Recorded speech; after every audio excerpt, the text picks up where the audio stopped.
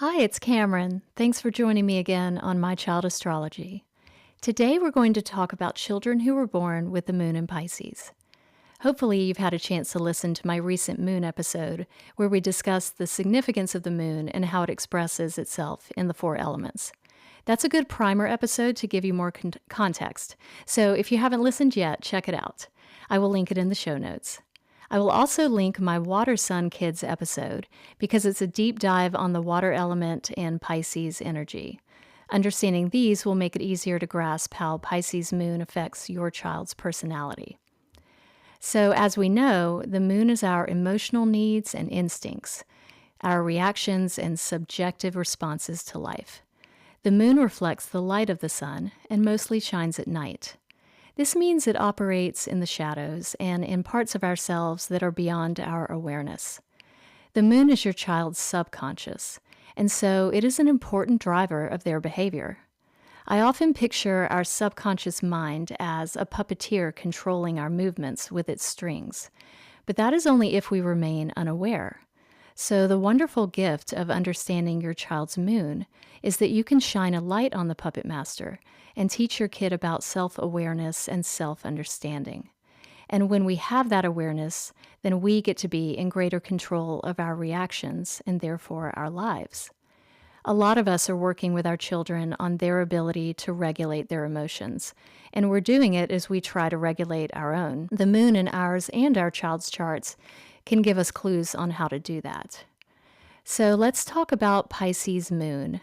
Remember that Pisces is a water sign, so it's sensitive, receptive, empathetic, creative, and very impressionable. Of the three water signs, the moon is the most emotional in Pisces.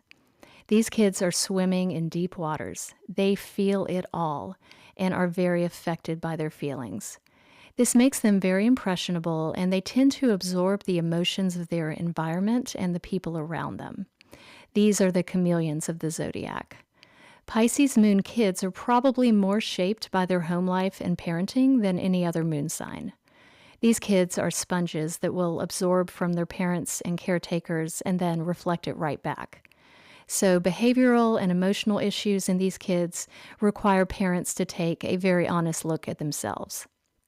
In this way, these kids can help bring healing to the whole family if the adults are willing. One problematic effect of absorbing the emotions of everyone around you is that it creates confusion and overwhelm. These kids don't know what feelings are their own because their emotional body is picking up the static from a bunch of different radio stations. Anyone with Pisces planets, but especially the moon, needs solitude to get recentered back in themselves. They can get overwhelmed when there's a lot of activity or people around them, so parents may need to consider this when scheduling lots of social activities. Be sure to factor in some time and space for your child to just be by himself and feel into his own energy for a while. Of course, sometimes life is busy and you can't necessarily do that. So you need to give your Pisces moon some tools for turning the volume down on all of that static. So let's talk about that, because how do you teach a child to have emotional boundaries? How do you teach her to know what feeling is hers and what she's picking up on from someone else? I have a couple of thoughts on this, and of course, it requires that mom and dad be pretty tuned in to your child's emotions as well. To start teaching emotional boundaries, number one is to validate and name your child's emotion. You can keep it very simple. You are sad right now. Then state why. You are sad because your friend is leaving. In doing this, you've given the emotion clarity for them to grasp, which makes it less overwhelming. Now, what if your child is getting pulled into someone else's emotions? This is where we as parents have to use our instincts. If you notice that your Pisces moon is responding to sadness in the environment, name that. Your friend is crying because she scraped her knee. You feel sad because she's upset. Now you have distinguished for your child that her feelings are in response to her friend's experience, which is different from sadness that comes from her own emotions. This is the beginning of an awareness of emotional boundaries And hopefully, with repetition and maturity, your child will learn to distinguish between what's mine and what's yours. Pisces moon kids are so naturally empathetic that they can spend their whole lives walking around in someone else's shoes, so to speak. They are the true bleeding hearts of the world. They want to help everyone, to fix them, and take away their pain. And as children, they are still naive enough to think that's possible. So we need to teach them the difference between sympathizing with someone versus actually feeling their pain. They tend towards feeling responsible for fixing others and can become codependent and guilt-ridden as a result. If they can develop the ability to care from a detached perspective, they will be healthier emotionally. I've known many people with strong Pisces and Neptune influences to have mental health issues because they're absorbing everyone else's stuff to the point of becoming merged with all of that energy. They lose sight of what is real and true for them. Finding their inner boundaries and developing a clear sense of self may be a lifetime's work in progress. Let's talk about a couple more tools for you to help your child with this. One fun, simple thing is to teach them to draw a circle around themselves. They can pick the color or come up with a cool material, but have them visualize drawing a big circle that keeps out anything they don't want to get in. Then have them say what's allowed inside the circle and what needs to stay out. This is a playful way to get them thinking about having boundaries, which is a concept that can be hard to explain to a kid. It's actually hard to explain to many adults. It has taken me years to really understand what that means. Another important thing to consider for your Pisces moon child's mental health is, to the extent that you can control it, having a peaceful home environment. These kids need a sanctuary and a safe place to land after being tossed around in the world all day. Be very mindful of negative media exposure. This is true for all of us. But Pisces moon in particular can be traumatized by the nightly news report on the latest war or environmental catastrophe. Some of us can take in this information, file it away, and integrate back into our lives. Not Pisces moon. Hearing the news and seeing the images will take them there. So put on some music instead and try to listen to your news and podcasts when the kids aren't around. It will be better for all of you. So speaking of music, we can't forget to talk about Pisces' love of the arts. Pisces is often considered the most spiritual and creative sign. There's a longing for God and the need for transcendence. They need to elevate beyond the earthly shackles of this life and connect with divinity by experiencing the sublime. This fills their cup and helps them to deal with the harsher aspects of life. Pisces have a rich imagination and can live in a fantasy world. They need time to space out and check out from reality for a while. They need to daydream, and they often need more sleep than other kids. Feeling everything all of the time can run a person's battery down, so give them plenty of time to recharge. Spending time in nature, painting a picture, going to a concert or puppet show, these are the experiences that will keep your Pisces moon happy and healthy. They are usually very creative and have some sort of artistic talent, so definitely give them opportunities to explore that side of themselves.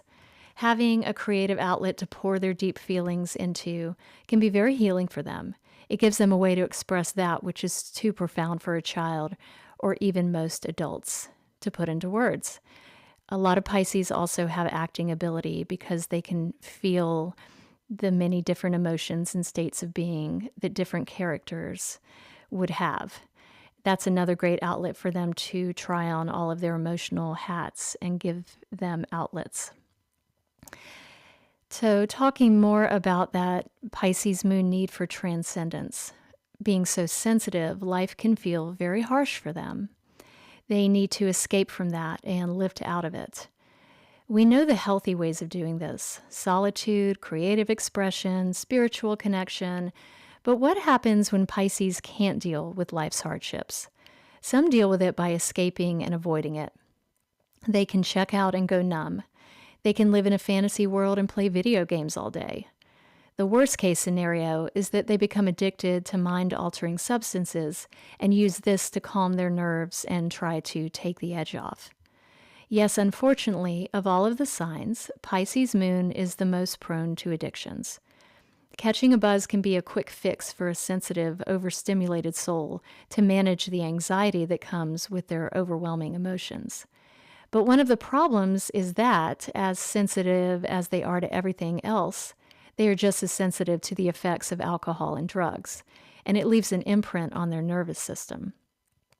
We talked about that tendency they have to merge with things outside of themselves. The same goes for drugs and alcohol, and so they can become more easily dependent on it. And if there's a pattern of addiction somewhere in your family, which, let's face it, there almost always is, this possibility will be magnified.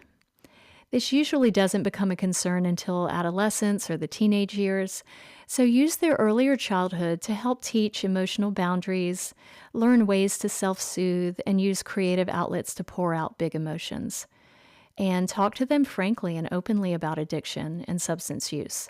Tell them about your life experiences and that of friends and family members. Pisces is the least judgmental sign of the zodiac. They have an innate compassion for our human frailties.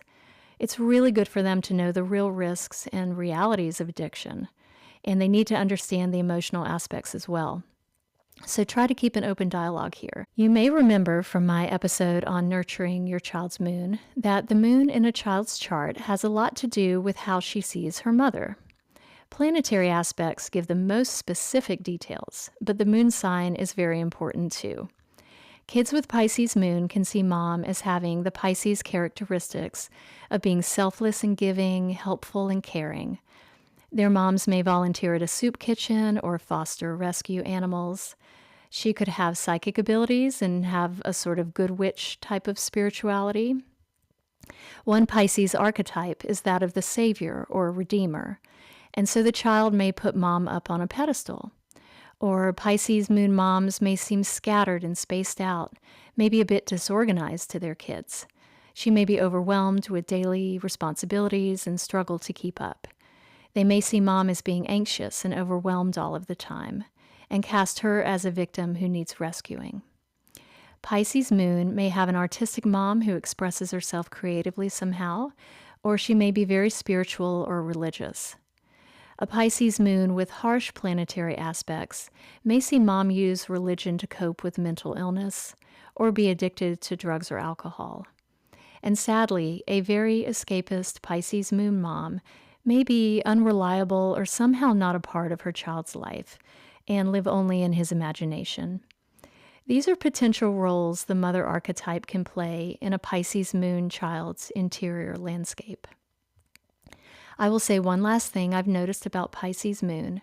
Because they are so sensitive and tender, those raised in harsh environments tend to take that into their personalities. I have known some very hardened Pisces moons who were reflecting the way they were raised. It left an indelible imprint on their personalities, which sadly feels to me like a betrayal of who they truly are. So be mindful of your discipline style and tone of voice, as it does truly become Pisces moon's inner voice. They say we all become the 5 people we spend the most time with. So notice how your child is affected by her close friends and family members. If you see aggression or abuse, step in and cut off the association if necessary. These tender kids are more vulnerable than others, and in early years they do need parents to set those boundaries for them. Pisces moon can martyr themselves trying to save and rescue toxic friends. It can be particularly devastating for them, so step in if you need to. We've only just scratched the surface of Pisces moon. There is so much more to say. I hope you enjoy raising your kind, compassionate, affectionate, and creative kid. Love him with your whole heart. Give him space and solitude to drift, dream, and imagine. Allow him to fully express his emotions. Validate and name them for him. Teach him the difference between empathizing with and having sympathy for others. Give him the gift of respecting and reinforcing his boundaries. These basic acts will nurture your Pisces moon and meet his emotional needs. And as always, you know your child best. So take what resonates with you and leave the rest. Feel free to comment with your observations and thoughts. Let's share our experiences and learn from each other. Thanks for listening, and keep an eye out for a future episode on the aspects other planets make to your child's Pisces moon and the meaning of its house placement. We have so much to discuss. Don't forget to like the video if you haven't already, subscribe to my channel, and I'll see you back here soon.